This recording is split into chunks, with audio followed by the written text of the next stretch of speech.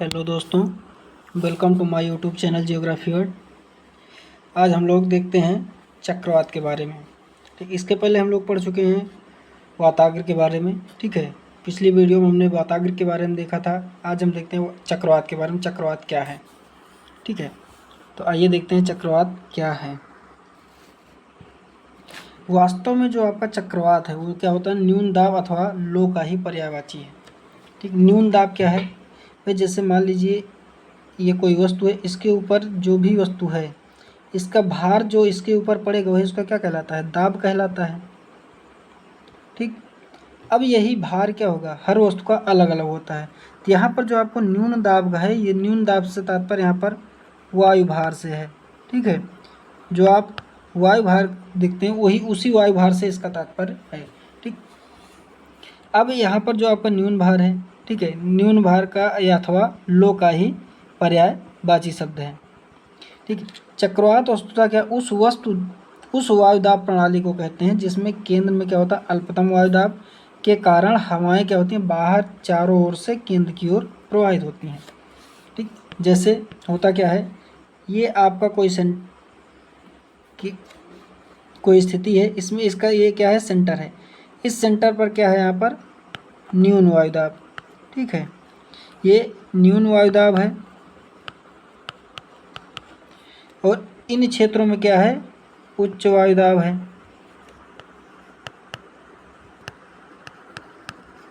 ठीक, अब होगा क्या, हवाएं क्या कहाँ से चलती हैं, हमेशा उच्च से किधर चलेंगी, निम्न की ओर। ठीक है, तो हवा कहाँ से चलेगी, ये इस ओर से इस ओर की ओर चलने लगेंगी। सेंटर पर क्या है, उच्च वायुदाब है, तो हवाएं क्या होंगी, केंद्र की ओर प्रवाहित होने लगेंगी। ठीक है, तो यही स्थिति क्या कहलाती है, आपकी चक्रवात की स्थिति के। लेकिन अब ये चक्रवात तब तक नहीं होगा जब इन हवाओं में क्या होगा, वृत्ताकार या चक्राकार संरचना, इस प्रकार की संरचना आपको देखने को नहीं मिलेगी। ठीक है, अब आगे देखिए क्या है, केंद्र की ओर, चारों ओर से केंद्र की ओर क्या होती हैं, प्रवाहित होती हैं। इसमें समदाब रेखाएं जो होती हैं वृत्ताकार अथवा अंडाकार होती हैं। जैसे आपका क्या, ये कोई सेंटर, इसमें हवाएं क्या है, इस प्रकार से गति कर रही हैं। ठीक, अब इसमें जो आपकी समदाब रेखा बनेगी, यहाँ की दाब रेखा क्या होगी, यहाँ पर कुछ अलग होगी, इसकी इस प्रकार होगी।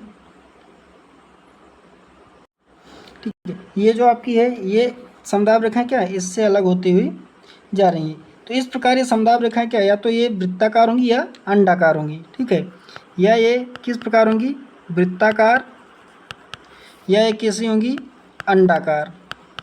ठीक है, अब वृत्ताकार और अंडाकार रूप में होने के पीछे कारण क्या है, यहाँ पर क्या है, आपका लो प्रेशर है, यहाँ पर क्या है, हाई प्रेशर है। तो हाई प्रेशर पर यहाँ पर क्या होगा, दाब अधिक होगा, मान लीजिए 1000 है। ठीक है, और यहाँ पर ये 500 है। ठीक, ये क्या होगी, मान लीजिए आपके 700 है। ठीक, इस प्रकार ये वृत्ताकार स्थितियों में आपकी वायुदाब रेखाएं का निर्माण होगा। इसके बाद देखते हैं इस वायुभार प्रणाली में, जो आपकी ये वायुभार प्रणाली, इस वायुभार प्रणाली में वायुदाब प्रवणता बाहर से केंद्र की ओर स्थापित हो जाती है। वायुदाब प्रवणता क्या है भाई, दाब प्रवणता का मतलब है ढलान, और ढलान कहाँ से होगा, अधिक से कम की ओर होगा। तो उच्च वायुदाब कहाँ है, बाहर है, और जो निम्न वायुदाब हो अंदर की ओर है। तो ढाल प्रवणता कहाँ से होगा, बाहर से केंद्र की ओर होगा। ठीक है, पृथ्वी के दैनिक आवर्तन के कारण, जो पृथ्वी का दैनिक आवर्तन है, पृथ्वी जो घूर्णन कर रही है, उस घूर्णन के कारण समदाब रेखाओं को न्यून कोण पर काटती हैं। कौन सी, जो आवर्तन के कारण हवाएं क्या करती हैं, समदाब रेखाओं को न्यून कोण पर काटती हैं।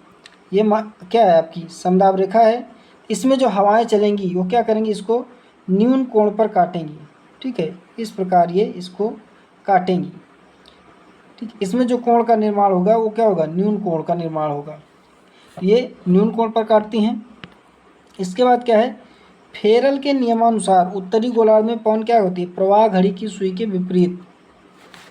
अब जैसे ये आपकी मान लीजिए क्या है, चक्राकार गति कब होगी, यहाँ पर ये आपका क्या है, कोई सेंटर, ये आपका लो प्रेशर है, ये हाई प्रेशर है। हवा क्या कर रही है, इस प्रकार बाहर से अंदर की ओर चल रही है। ठीक, अब अंदर की ओर जाते समय जो आपकी हवा है वो क्या करेगी, फेरल के नियमानुसार उत्तरी गोलार्ध में पवन क्या होगी, प्रवाह की घड़ी की सुई की दिशा के विपरीत। अगर इधर आ रही है तो घड़ी की सुई कैसे चलती है, ऐसे चलती है। तो ये क्या करेंगे, इस प्रकार यहाँ पर ऐसे ऐसे घूम जाएंगे।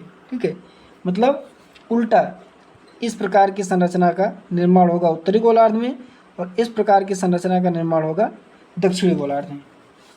ठीक है, और दक्षिणी गोलार्ध में क्या होगी, प्रवाह घड़ी की सुई की दिशा में ही अथवा दक्षिणावर्त हो जाता है। तो जहाँ पर क्या, अगर आप उत्तरी गोलार्ध में, तो वहाँ पर हवाएं किस प्रकार चलेंगी, इस प्रकार चलेंगी, सेंटर की ओर इस प्रकार आएंगी। लेकिन अगर आप दक्षिणी गोलार्ध में, तो हवाएं सेंटर की ओर इस प्रकार आएंगी। ठीक है, इस प्रकार की जो प्रणाली है ये कहाँ पर है, ये उत्तरी गोलार्ध में है। ठीक है, और ये कहाँ है, दक्षिणी गोलार्ध में है। ठीक, उत्तरी गोलार्ध में क्या होगा, ये वामावर्त होंगी घड़ी की सुई की दिशा के विपरीत, और दक्षिणी गोलार्ध में क्या होंगी, ये दक्षिणावर्त होंगी घड़ी की सुई की दिशा में ही।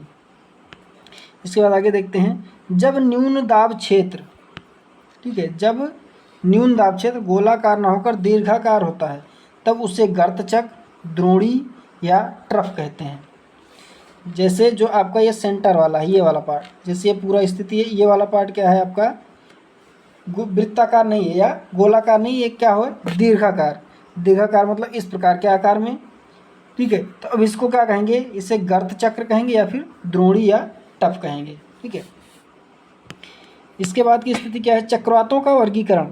ठीक है, चक्रवातों का अगर वर्गीकरण करें, चक्रवात दो प्रकार के होते हैं, एक शीतोष्णकटिबंधीय चक्रवात होता है, एक उष्णकटिबंधीय चक्रवात होता है। ठीक, तो हम लोग देखते हैं आगे शीतोष्णकटिबंधीय चक्रवातों के बारे में। ठीक है, शीतोष्णकटिबंधीय चक्रवात क्या कहते हैं, मौसम वैज्ञानिक शीतोष्णकटिबंधीय चक्रवातों को गर्त चक्र अथवा निम्न दाब क्षेत्र भी कहते हैं। जो आपका शीतोष्णकटिबंधीय चक्रवात है, उसे जो आपके विभिन्न प्रकार के मौसम विज्ञानी उसे क्या कहते हैं, गर्त चक्र अथवा निम्न दाब क्षेत्र कहते हैं। ये चक्रवात आते कहाँ हैं, तो ये चक्रवात दोनों गोलार्धों में 30 अंश तथा 65 अंश अक्षांशों के बीच स्थित प्रदेशों में उत्पन्न होते हैं। ठीक है, अब 30 अंश से 65 अंश का मतलब है ये आपकी क्या है, कर्क रेखा 23.5 अंश। ठीक है, और इसी के जस्ट ऊपर ये क्या है आपकी 30 अंश है। ठीक है, 30 अंश से कहाँ है, 65 अंश, ये वाला हिस्सा जो आपका है ये 65 अंश है। इसी के बीच में ये वाला जो क्षेत्र है, इसी क्षेत्र में यहाँ पर भी और इसी क्षेत्र में यहाँ पर भी। ठीक है, ये दोनों क्षेत्र क्या है आपके शीतोष्णकटिबंधीय चक्रवातों के क्षेत्र हैं। ये 30 से 65 है, ये भी क्या है 30 से 65 है, और दोनों गोलार्धों में इन क्षेत्रों में क्या हो रहा है, वही चक्रवात उत्पन्न हो रहे हैं। ठीक है, अब इसके आगे देखते हैं हम लोग, इन अक्षांशों में अयनवर्ती क्षेत्रों में, ठीक है, इन अक्षांशों में अयनवर्ती क्षेत्रों में उत्पन्न वायु राशियाँ शीतल ध्रुवीय वायु राशियों से परस्पर मिलकर ध्रुवीय वातावरणों का निर्माण करती हैं। ये आपका क्या था, ग्लोब था, यहाँ पर ये आपकी क्या है, भूमध्य रेखा है, ये आपकी कर्क रेखा है, और ये मकर रेखा है। इसी के ऊपर ये वाला हिस्सा क्या है, ये आपका 30 अंश है, ये आपका 65 अंश है। ठीक, इधर ये आपकी 30 अंश है और ये आपकी 65 अंश है। ठीक है, अब इस 30 और 65 के बीच वाली जो स्थिति है, इस वाली स्थिति में यहाँ पर इन क्षेत्रों की जो हवाएं हैं, ठीक है, ये हवाएं क्या कर रही हैं, यहाँ पर आ रही हैं, और ये हवाएं यहाँ पर जा रही हैं, और इधर ध्रुवीय क्षेत्रों से आने वाली हवाएं क्या कर रही हैं। ठीक है, ये जो ध्रुवीय क्षेत्रों से हवाएं आ रही हैं इधर वाली, ठीक है, और ये जो आपकी क्या है, जो ध्रुवीय क्षेत्रों से हवाएं आ रही हैं और जो आपकी क्या है अयनवर्ती क्षेत्रों से आ रही हैं।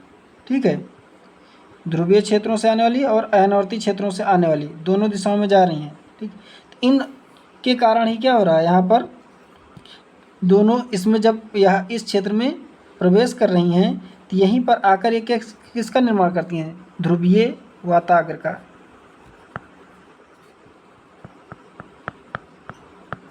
ठीक है, यहाँ पर भी और यहाँ पर भी ये ध्रुवीय वाताग्र का निर्माण करती हैं, और इन्हीं वाताग्रों के सहारे यहाँ पर क्या होता है, चक्रवातों का जनन होता है। और कौन से चक्रवात का, शीतोष्णकटिबंधीय चक्रवात का। ठीक, ये चक्रवात क्या है, पछुआ पवनों की पेटी में आते हैं। ठीक, ये जो आपके चक्रवात हैं पछुआ पवनों की पेटी में पश्चिम से पूरब की ओर चला करते हैं। अर्थात पछुआ पवनों की पेटी क्या है भाई, जो आपका अश्व अक्षांश है, ठीक है, अश्व अक्षांश से आपका उपध्रुवीय उच्च निम्न वायुदाब पेटी की ओर क्या करता है, जो आपकी उपोष्ण उच्च वायुदाब पेटी से उपध्रुवीय निम्न वायुदाब की पेटी के बीच का जो क्षेत्र है, ठीक है, अर्थात 30 से 35 अंश से 65 से 70 अंश के बीच का जो 60 से 65 अंश के बीच की जो दूरी है वही क्या है आपकी पछुआ पवनों की पेटी है। और इसी क्षेत्रों में क्या है, ये इस प्रकार के चक्रवात आपके उत्पन्न हो रहे हैं, ठीक है। अब यहाँ पर हवाएं क्या है, पश्चिम से पूरब गति कर रही हैं, तो इन्हीं के सहारे चक्रवात भी क्या करते हैं, पश्चिम से पूरब की ओर चलते हैं। और अगला क्या है, इनके द्वारा वायुमंडल में मेघों की उत्पत्ति होती है। मेघ का मतलब क्या है, बादल, ठीक। ये जो आपके चक्रवात है इनके कारण क्या होता है, वायुमंडल में चक्रवात की तो ये आपके बादलों की उत्पत्ति होती है, जो अनुकूल परिस्थितियों में जल वृष्टि अथवा हिमवृष्टि प्रदान करते हैं। अनुकूल परिस्थिति का मतलब यह है कि वहाँ पर यदि आर्द्रता होगी, ठीक है, उसके बाद कोई अवरोध होगा, विभिन्न प्रकार के संघन की जैसी दशाएं होंगी, इस प्रकार की जब दशाएं होंगी तो ये क्या करेंगे, जल वृष्टि अथवा हिमवृष्टि करते हैं, ठीक है। और इनके द्वारा क्या होता है, इनके द्वारा वायुदाब एवं तापमान में परिवर्तन हुआ करता है। किनके द्वारा, जो आपके मेघ हैं, इन्हीं मेघों के कारण वायुदाब और तापमान में परिवर्तन होता रहता है। अगर मेघों के कारण बारिश हो गई, तापमान कम हो जाएगा। अगर मेघों के कारण बारिश नहीं हुई, मौसम ठंडा है, तब वायुदाब क्या हो जाएगा, बढ़ जाएगा। बारिश हो गई या फिर मौसम गर्म है, ठीक है, तो बादलों के कारण नीचे वाला मौसम गर्म हो जाएगा तो वायुदाब निम्न हो जाएगा, ठीक है। इस प्रकार इसमें यहाँ पर वायुदाब और तापमान में परिवर्तन होता रहता है। अब देखते हैं शीतोष्णकटिबंधीय चक्रवातों के प्रकार, ठीक। एक है क्या इसमें, अयनवर्ती गर्त चक्र या गतिक चक्रवात, दूसरा है तापीय गर्त चक्र चक्रवात, और तीसरा है अनुवाद गर्त चक्र चक्रवात या गौण या उप चक्रवात। अयनवर्ती गर्त चक्र अथवा गतिक गर्त चक्र, इसका मतलब क्या है, ये ऐसे क्षेत्रों में है जो आपके क्या हैं, भूमध्यरेखीय क्षेत्र हैं, ठीक, जो आपके अधिक तापमान वाले हैं, ठीक, और उससे ऊपर वाली स्थिति। तापीय गर्त चक्र ये थर्मल वाले हैं, जो ऊष्मा के कारण निर्मित हो रहे हैं। अनुवाद गर्त चक्र ये डिप्रेशन के कारण, वायुदाब कम होने के कारण, या कभी कभी जब पीछे वाला जो हिस्सा रहता है उसमें, मान लीजिए जैसे यहाँ पर चक्रवात जा रहा है और ये पीछे वाले हिस्से में किसी कारणवश क्या हो गया, यहाँ पर वायुदाब अंदर के क्षेत्रों में कम हो गया, बाहर के क्षेत्रों में अधिक, और छोटा सा एक चक्राकार स्थिति बन जाती है। इसी को अनुवाद गर्त चक्र कहा जाता है, ठीक। आगे देखते हैं हम लोग शीतोष्ण चक्रवातों की सामान्य विशेषताएं, ठीक है। शीतोष्ण चक्रवातों की सामान्य विशेषताएं क्या हैं, शीतोष्ण कटिबंधीय चक्रवात आकार में गोलाकार, अर्धगोलाकार या अंडाकार तथा कभी कभी वी अक्षर के समान हो जाते हैं, ठीक है। तो आपसे कभी कभी पूछा जाता है शीतोष्ण चक्रवातों का आकार हो सकता है गोलाकार, अर्धगोलाकार, अंडाकार या वी अक्षर के आकार की, ठीक है। तो इसमें से आपको जैसे पूछा गया हो सकता है तो उपयुक्त सभी हो गया, या कोई इसमें से दे दिया नहीं हो सकता है तो सब इनमें से कोई नहीं ऑप्शन दे दिया, या फिर इनमें से किसी दो को दे दिया, इसके अलावा किसी और को नहीं दिया, ठीक है। इस प्रकार इस यहाँ से आपसे क्वेश्चन पूछा जाता है। इसके बाद अगला देखते हैं, इसके केंद्र तथा बाहर की ओर स्थित दाब में क्या है, 10 से 20 मिलीबार तथा कभी कभी 35 मिलीबार का अंतर होता है। अर्थात जो सेंटर पॉइंट है और ये बाहर वाला क्षेत्र है, यहाँ से यहाँ के बीच में अंतर जो है ये 10 से 20 मिलीबार, ठीक है। और कभी कभी क्या है, ये 35 मिलीबार तक का भी अंतर यहाँ पर पाया जा रहा है, ठीक। अर्थात यहाँ पर वायुदाब बहुत ही कम, यहाँ पर वायुदाब उससे काफ़ी अच्छी अपेक्षा क्या है, काफ़ी अधिक है। फिर अगला क्या है, एक आदर्श शीतोष्ण चक्रवात का दीर्घ व्यास 1920 किलोमीटर या 1200 मील तथा लघु व्यास का क्या होता है 1040 किलोमीटर या 650 मील होता है। और कभी कभी क्या इनका विस्तार इतना अधिक हो जाता है कि ये क्या करते हैं भाई 10 लाख वर्ग किलोमीटर क्षेत्र पर विस्तृत हो जाते हैं, ठीक है। तो इनका जो व्यास है वो काफ़ी बड़ा होता है। जो आपके शीतोष्ण कटिबंधीय चक्रवात हैं वो काफ़ी दूरी में फैले होते हैं। जो आदर्श चक्रवात है जिसका जो दीर्घ व्यास होता है वो 1920 किलोमीटर, ठीक है, और लघु व्यास का होता है 1040 किलोमीटर। और जो आपका विस्तार है इनका, ये लगभग 10 लाख वर्ग किलोमीटर क्षेत्रफल में इनका विस्तार पाया जाता है, ठीक है। इसके अलावा क्या है, अधिक चौड़े तथा छिछले चक्रवात तो को निम्न दाब द्रोणिका कहते हैं। अगर जो आपका चक्रवात है उसका विस्तार क्या हो गया, चौड़ाई में अधिक हो गया लेकिन लंबाई में कम हुआ है, ठीक है। इस प्रकार के चक्रवातों के क्या छिछला चक्रवात या फिर निम्न दाब द्रोणिका कहते हैं। ठीक, अगला क्या है, चक्रवात प्रायः पश्चिम से पूर्व दिशा में चलते हैं, परंतु कभी कभी दिशा में बदलाव भी हो जाता है। ठीक है, चक्रवात क्या करते हैं, समानता पछुआ पवनों की पेटी में, इसलिए पश्चिम से पूर्व चल रहे हैं, लेकिन कभी कभी क्या होता है, स्थानीय हवाओं के कारण ये कभी उत्तर दिशा में प्रवाहित हो गए या दक्षिण दिशा में प्रवाहित हो गए। ठीक है, तो इस प्रकार की स्थितियां भी यहाँ पर देखने को मिल जाती हैं। कभी पूर्व दिशा में स्थानीय वायु के माध्यम से प्रवाहित हो गए। ठीक है, तो यहाँ पर इसमें बदलाव भी हो जाता है।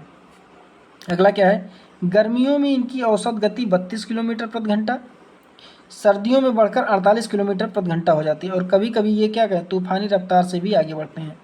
इनकी जो सामान्य गति है ग्रीष्म ऋतु में वो क्या है, 32 किलोमीटर प्रति घंटा।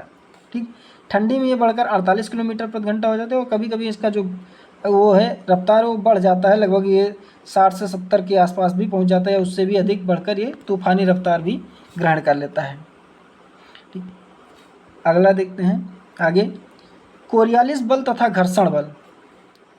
कोरियालिस बल तथा घर्षण बल के कारण समदाब रेखाओं को 20 अंश से 40 अंश के कोण पर काटती हैं।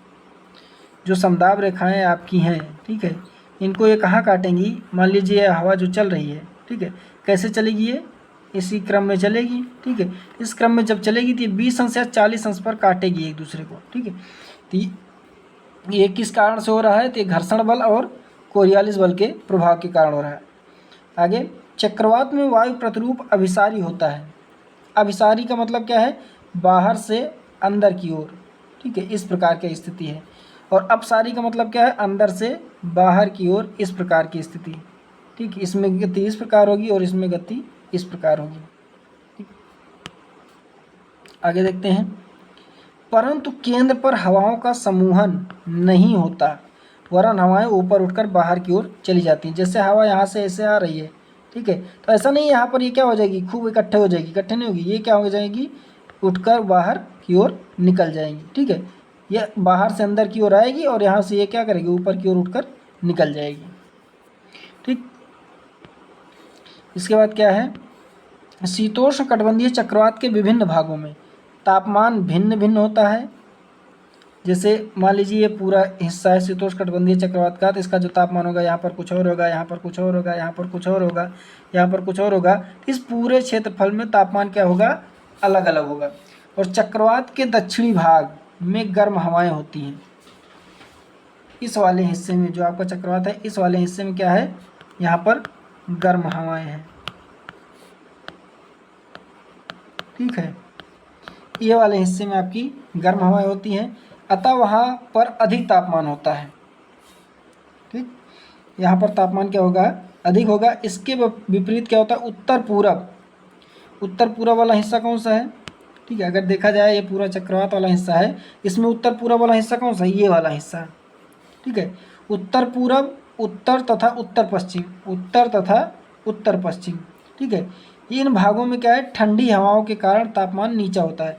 यहाँ पर क्या है, हवाएं ध्रुवों की ओर से आती हैं, तो ये क्या है, हवाएं ठंडी है, इसके कारण यहाँ पर तापमान क्या है, कम है। ठीक है, तापमान लो है। परंतु पश्चिमी भाग, जो आपका पश्चिमी भाग में तापमान न्यूनतम होता है। इस पूरे हिस्से में यहाँ पर भी तापमान कम है, यहाँ पर भी कम है, यहाँ पर भी कम है, लेकिन इस वाले हिस्से में क्या है, तापमान यहाँ पर न्यूनतम होगा। ठीक है, ये वाला हिस्सा सबसे कम तापमान वाला होगा। अब देखते हैं शीतोष्ण चक्रवातों की उत्पत्ति क्षेत्र और प्रमुख मार्ग, ये कहाँ कहाँ पर उत्पन्न होते हैं और कहाँ किस किस मार्ग से आगे बढ़ते हैं। ठीक है, अब इसमें देखिए, शीतोष्ण चक्रवातों के प्रमुख क्षेत्र दोनों गोलार्धों में, मध्य एवं उच्च अक्षांशों में 35 अंश से 65 अंश अक्षांशों के मध्य पाए जाते हैं। इसको हम लोग पहले भी देखे हैं, अभी पहले भी देखे हैं कि इनका जो विस्तार कहाँ है, 35 अंश से 65 अंश के बीच में। इनके गतिशील होने वाले मार्ग को झंझापथ कहते हैं। ध्यान रखिएगा, ये पूछा जाता है कि शीतोष्ण कटिबंधीय चक्रवात जिस मार्ग पर गति करते हैं उसको किस नाम से पुकारा जाता है, तो क्या है आपका, झंझापथ। ठीक है, और शीतोष्ण चक्रवातों की जो उत्पत्ति के सर्वाधिक उपयुक्त क्षेत्र हैं वो निम्नलिखित हैं। आइए देखते हैं कौन कौन से क्षेत्र हैं। पहला क्या है, उत्तर पश्चिम उत्तरी प्रशांत महासागर में, एशिया के उत्तर पूर्व एवं पूर्वी तटों के पास। उत्तरी प्रशांत महासागर का हिस्सा कौन सा है, ठीक है, देखिए हम आपको दिखाते हैं।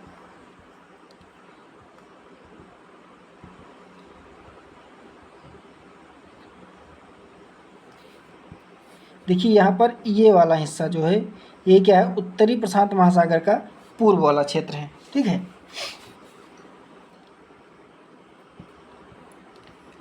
अब उसके बाद ये क्या कह रहा है, उत्तरी प्रशांत महासागर में एशिया के उत्तर पूर्व एवं पूर्वी तटों के पास शीतोष्णकटिबंधीय चक्रवातों की उत्पत्ति होती है। ठीक है, तो उत्तर पूर्व वाला तट कौन सा है आपका, जापान का, ओखोत्स्क सागर का। ठीक है, तो ये वाला हिस्सा जो है आपका, ये इस क्षेत्रों में इन चक्रवातों की उत्पत्ति होती है। यहाँ से चक्रवात क्या करते हैं, उत्तर पूर्व दिशा में गमन करते हैं। ठीक, आइए देखते हैं उत्तर पूर्व दिशा कौन सी है। ठीक है, तो यहाँ से चक्रवात किस दिशा में गमन करेंगे, इसका पूर्वी हिस्सा कौन सा है, ये वाला है, और उत्तर वाला ये है। तो चक्रवात की गति क्या है, इस प्रकार यहाँ पर ये गति कर रहे हैं। ठीक है, यहाँ पर इनका निर्माण हो रहा है और यहाँ पर ये क्या कर रहे हैं, इस प्रकार उत्तर पूर्व दिशा में ये गति कर रहे हैं। ठीक है, उसके बाद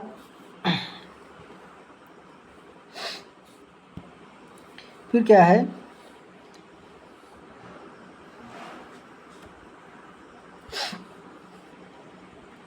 उत्तर अमेरिका में वाताग्र जनन के 4 प्रमुख क्षेत्र हैं। ठीक है, कौन कौन से, सियरा नेवादा पर्वत श्रेणियों के पूर्व वाला क्षेत्र, दूसरा क्या है, पूर्वी कोलोराडो का क्षेत्र, यहाँ पर इनको कोलोराडो लो कहा जाता है। अगला क्या है, कनाडियन रॉकी पर्वतों के पूर्व वाला क्षेत्र, यहाँ पर इनको अल्बर्टा लो कहा जाता है, और बृहद झील प्रदेश। ठीक है, अब देखिए कनाडियन रॉकी पर्वत और कोलोराडो पर्वत, ठीक है, इन दोनों के नाम पर यहाँ पर इनको अलग अलग नाम से पुकारा जा रहा है। कोलोराडो वाले में क्या कहा जा रहा है, कोलोराडो लो, और कनाडियन रॉकी पर्वतों में क्या कहा जा रहा है, अल्बर्टा लो। ठीक है, एक में क्या कहा जा रहा है, कोलोराडो लो, और एक में क्या कहा जा रहा है, अल्बर्टा लो, और बृहद झील प्रदेश। ठीक है, ये वाला हिस्सा क्या है, उत्तर अमेरिका का।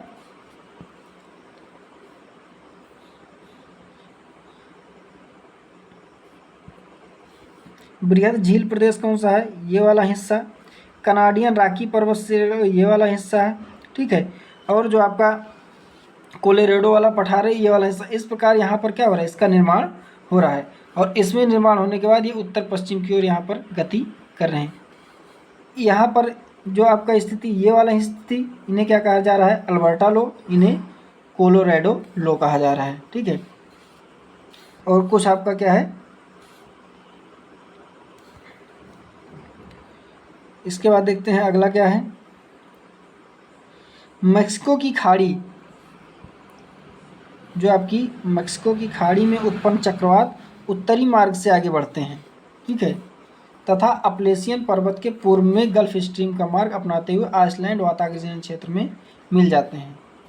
ठीक, देखते हैं कौन सा क्षेत्र है, ये वाला क्षेत्र क्या है आपका, देखिए यहाँ पर ये मैक्सिको वाला क्षेत्र, यहाँ पर जो निर्माण हो रहा है। ठीक, यहाँ पर जब ये निर्मित हो रहे हैं तो ये इस प्रकार उत्तर पश्चिम की ओर आगे बढ़ रहे हैं, उत्तर पूरब की ओर आगे बढ़ते हुए क्या कर रहे हैं, गल्फ स्ट्रीम वाला मार्ग अपना रहे हैं, और यहाँ पर अपलेशियन पर्वत से आकर टकरा रहे हैं, और यहाँ पर वातावरण जनन के क्षेत्र में मिल जा रहे हैं। ठीक है, इसके बाद क्या है,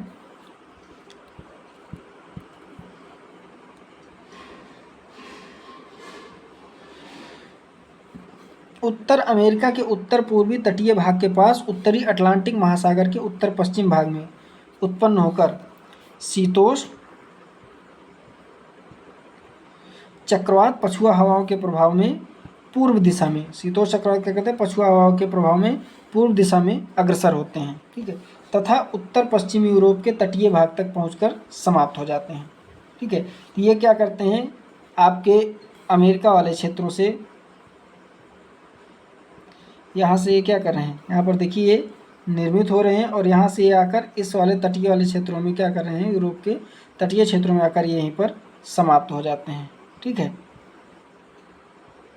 अगला क्या है, आइसलैंड एवं बैरेंट सागर।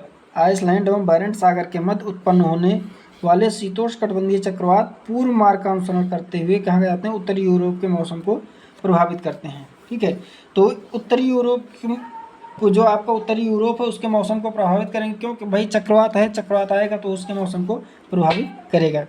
अगला क्या है, यूरोप महाद्वीप में वाताग्र जनन के 2 प्रमुख क्षेत्र हैं। ठीक है, यूरोप में जो निर्मित हो रहा है उसमें वाताग्र जनन के 2 प्रमुख क्षेत्र हैं। क्या है, बाल्टिक सागर क्षेत्र, दूसरा है रूम सागर क्षेत्र। ठीक, एक ये आपका क्या है भूमध्य, ये रूम सागर वाला क्षेत्र है, ये बाल्टिक सागर वाला क्षेत्र है। ठीक है, ये 2 आपके क्षेत्र हैं जहाँ पर इस चक्रवाताग्र जनन का निर्माण हो रहा है। इसके बाद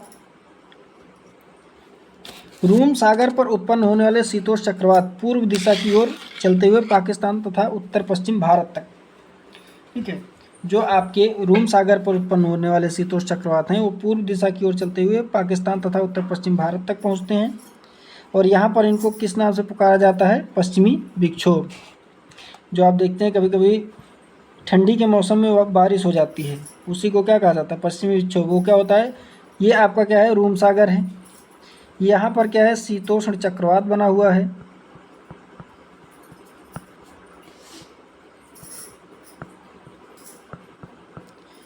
जब ये क्या करता है, आगे की ओर बढ़ता है, ठीक है, ये इस मार्ग में जब बढ़ता है तो कभी कभी क्या होता है, भारत और पाकिस्तान के इस क्षेत्रों में क्या करता है, प्रवेश करता है। ठीक, यहाँ पर इसे किस नाम से जाना जा रहा है, तो यहाँ पर जाना जा रहा है पश्चिमी विक्षोभ।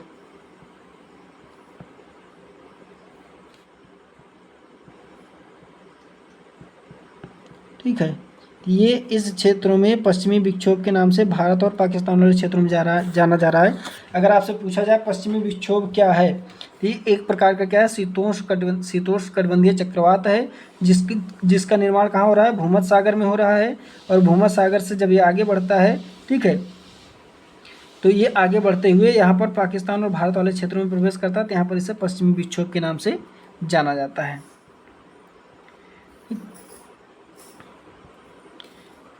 रूम सागर पर उत्पन्न अधिकांश चक्रवात क्या होते हैं, उत्तर पूर्व दिशा में अग्रसर होते हैं तथा कॉमनवेल्थ ऑफ इंडिपेंडेंट स्टेट, जिसे CIS देशों के मौसम को क्या होते हैं, प्रभावित करते हैं, जिसमें क्या है आपका कजाकिस्तान, उज्बेकिस्तान, किर्गिस्तान। ठीक है, इस प्रकार के जो आपके देश हैं, इन देशों को क्या करता है, प्रभावित करता है।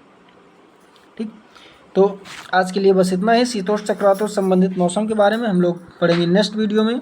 धन्यवाद, और वीडियो को लाइक और शेयर करते रहिए तथा चैनल को सब्सक्राइब कीजिए। और वीडियो का जो PDF है वो आपको टेलीग्राम चैनल पर मिल जाएगा, जिसकी लिंक वीडियो के डिस्क्रिप्शन बॉक्स में दे दी जाएगी। धन्यवाद।